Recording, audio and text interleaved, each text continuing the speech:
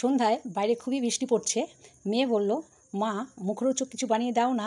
আমি ভাবলাম চিড়ে দিয়ে পকোড়া বানালে কেমন হয়। তাই ঝটপট করে ছোটো বাটির এক বাটি চিড়ে নিয়েছি। চিড়েটাকে ভালোভাবে ধুয়ে একটা বাটির মধ্যে চিপটে নিয়ে নিলাম।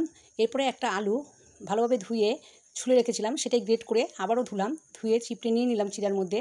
এরপরে দিলাম 2 চামচ বেসন, 2 চামচ কর্নফ্লাওয়ার, পেঁয়াজ, লঙ্কা, হলুদ, লঙ্কার গুঁড়ো, ধনিয়ার গুঁড়ো, চাট মশলা, নুন আর একটা ডিম ফেটিয়ে নিয়েছিলাম।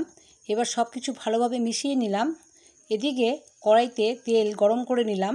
তারপরে পকোড়াগুলো একে একে দিয়ে দিচ্ছি। 1 মিনিট কোনো নাড়াচাড়া করিনি।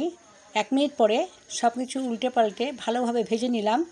মুচমুচে করে ভেজে তুলে নিচ্ছি। তারপরে টমেটো সস দিয়ে মেখে দিলাম। মেয়ে পেয়ে খুবই খুশি হলো। ভালো লাগলে অবশ্যই লাইক দেবেন আর সাবস্ক্রাইব করে দেবেন।